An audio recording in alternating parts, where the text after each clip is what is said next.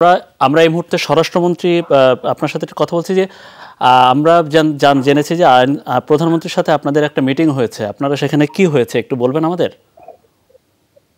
আমরা সবাই মনে করছি যে এখন মানে যেইভাবে ধ্বংসাত্মক কাজে লেগে গেছে, সরকারি সম্পত্তি বিনষ্ট করছে, মানুষের ঘরবাড়ি আগুন ধরাই দিচ্ছে, মানে ওটারে কি বলে যেখানে যা পাচ্ছে তা পুড়িয়ে দিচ্ছে। এখন এই সমস্ত কর্মকাণ্ড দীর্ঘ সময় চালানো আমরা মনে করি উচিত হবে না। কাজেই জানমালের জন্য, সম্পদ রক্ষার জন্য আমরা মাননীয় প্রধানমন্ত্রীকে রিকোয়েস্ট করছি সন্ধ্যা আইন জারি করার জন্য, সেইটাই তিনি জারি করছেন। অন্য কোন সিদ্ধান্ত, সেনাবাহিনী মোতায়েন বা এরকম কোন সিদ্ধান্ত? সন্ধ্যা আইন জারি হলে তো প্রয়োজন মোতাবেক সেনাবাহিনী আসে, এটাই নিয়ম। আচ্ছা, আর কোন সিদ্ধান্ত হয়নি? না, যদি প্রয়োজন মনে করে, মানে সন্ধ্যা আইনে সবকিছু ক্লিয়ার থাকে, যখনই যে প্রয়োজন মনে করবে সেই সেনাবাহিনী ডাকতে পারবে। আচ্ছা আচ্ছা, সেক্ষেত্রে সারা দেশে কি সেনাবাহিনী আসবে নাকি অন্য কোনো সিদ্ধান্ত হয়েছে? সারা দেশেই সন্ধ্যা আইন জারি হবে, এখন যেখানেই প্রয়োজন হবে সেখানেই সেনাবাহিনী। জি আচ্ছা, জি আপনাকে অনেক অনেক অনেক ধন্যবাদ। আমরা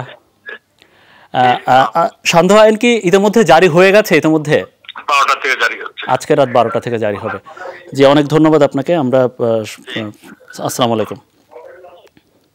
আমরা দর্শক বাংলাদেশের স্বরাষ্ট্রমন্ত্রী আসাদুজ্জামান খান কামাল, তার সাথে আমরা সরাসরি টেলিফোনে, আপনারাও ইতিমধ্যে শুনেছেন, আমরা তার সাথে কথা বলেছি। আমরা সেই এইমাত্র পাওয়া খবরটি হলো যে বাংলাদেশে আজকে রাত ঠিক 12টা থেকে অর্থাৎ 30 মিনিট মতো পর থেকে, আধা ঘন্টা পর থেকে বাংলাদেশের সান্ধ্য আইন জারি হলো বা কারফিউ জারি করা হয়েছে। এবং সেক্ষেত্রে প্রশাসনের সহায়তায় যখন প্রয়োজন হবে বিভিন্ন ক্যান্টনমেন্ট বা সেনানিবাস থেকে সেনাবাহিনীও মোতায়েন করা হবে বা বিভিন্ন দিক নির্দেশনা এবং যেটা দাঁড়ি হলো। এবং এই সান্ধ্য আইন অনুসারে যেটা বলা হয় যে কোনো ধরনের রাস্তায় কোনো প্রয়োজন ছাড়া, বেশি প্রয়োজন ছাড়া কোনো মানুষ হয়তো বের হতে পারবেন না। সেক্ষেত্রে মিছিল মিটিং বা কারো জড়ো হওয়া, তো সেটা আসলে একেবারেই নিষিদ্ধ ঘোষণা করা হলো।